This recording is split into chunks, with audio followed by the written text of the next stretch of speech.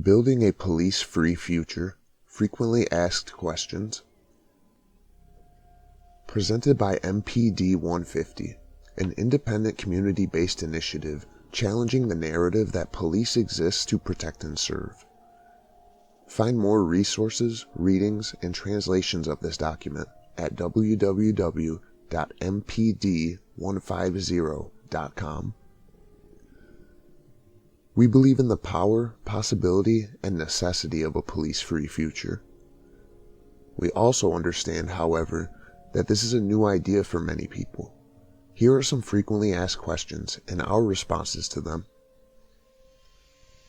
Won't abolishing the police create chaos and crime? How will we stay safe? Police abolition work is not about snapping our fingers and instantly defunding every department in the world. Rather, we're talking about a process of strategically reallocating resources, funding, and responsibility away from police and toward community-based models of safety, support, and prevention. The people who respond to crises in our communities should be the people who are best equipped to deal with those crises, rather than strangers armed with guns, who very likely do not live in the neighborhoods they're patrolling. We want to create space for more mental health service providers, violence prevention specialists, social workers, victim/survivor advocates, elders and spiritual leaders, neighbors and friends, all of the people who really make up the fabric of a community, to look out for one another. For some real-world models of what this can look like, check out the Abolition in Practice section on the resources page at www.mpd150.com. But what about armed bank robbers, murderers, and supervillains? Crime isn't random. Most of the time it happens when someone has been unable to meet their basic needs through other means. So to really, quote-unquote, fight crime, we don't need more cops. We need more jobs, more educational opportunities, more affordable housing, more arts programs, more community centers, more mental health resources, and more of a say in how our own communities function.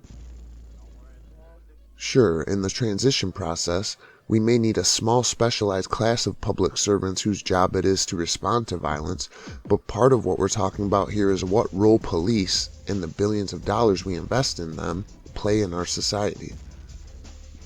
Right now, only a small fraction of police work involves responding to violence. Most often, they're making traffic stops, arresting petty drug users, harassing black and brown people, and engaging in a range of, quote, broken windows policing, unquote, behaviors that only serve to keep more people under the thumb of the criminal justice system. Abolitionists don't want to abolish help. We should all have someone to call on when we need to. But for too long, police have been used as a one-size-fits-all, quote-unquote, solution to every social problem, and that approach just doesn't work. But why not fund the police and these alternatives too? Why is it an either-or? It's not just that police are ineffective. In many communities, they're actively harmful. The history of policing is a history of violence against the marginalized. American police departments were originally created to dominate and criminalize communities of color and poor white workers, a job they continue doing to this day. The list has grown even longer. LGBTQIA+ folks, people with disabilities, activists, so many of us are harassed or attacked by cops on a daily basis. And it's bigger than just police brutality. It's about how the prison industrial complex, the drug war, immigration law, and the web of policy, law, and culture that forms our criminal justice system has destroyed millions of lives and torn apart families. Cops don't prevent crime, they cause it through the ongoing violent disruption of our communities.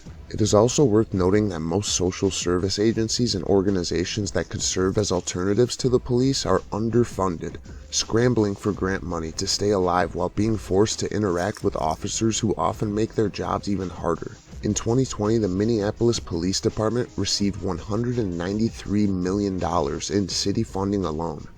Imagine what that kind of money could do to keep our communities safe if it was reinvested. Even people who support the police agree. We ask cops to solve too many of our problems. As former Dallas Police Chief David Brown said, quote, "We're asking cops to do too much in this country. Every societal failure, we put it off on the cops to solve. Not enough mental health funding. Let the cops handle it. Here in Dallas, we got a loose dog problem. Let's have the cops chase loose dogs. Schools fail. Let's give it to the cops. That's too much to ask.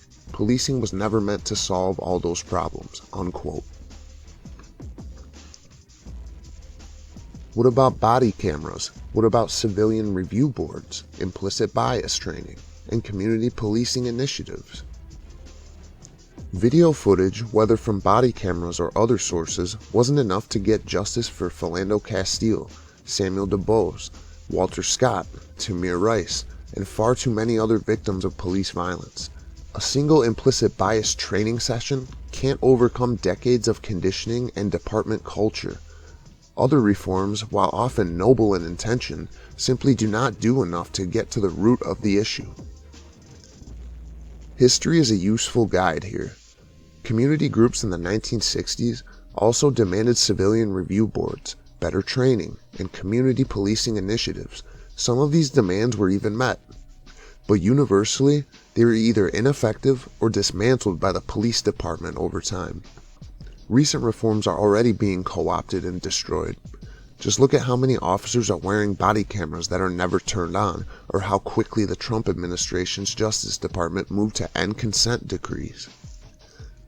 We have half a century's worth of evidence that reforms can't work. It's time for something new. This all sounds good in theory, but wouldn't it be impossible to do? Throughout U.S. history, everyday people have regularly accomplished quote-unquote impossible things, from the abolition of slavery, to voting rights, to the 40-hour work week, and more. What's really impossible is the idea that the police departments can be reformed against their will to protect and serve communities whom they have always attacked. The police, as an institution around the world, have existed for less than 200 years. Less time than chattel slavery existed in the Americas. Abolishing the police doesn't need to be difficult. We can do it in our own cities, $1 at a time, through redirecting budgets to common sense alternative programs. Let's get to work. I still have questions. Where can I learn more?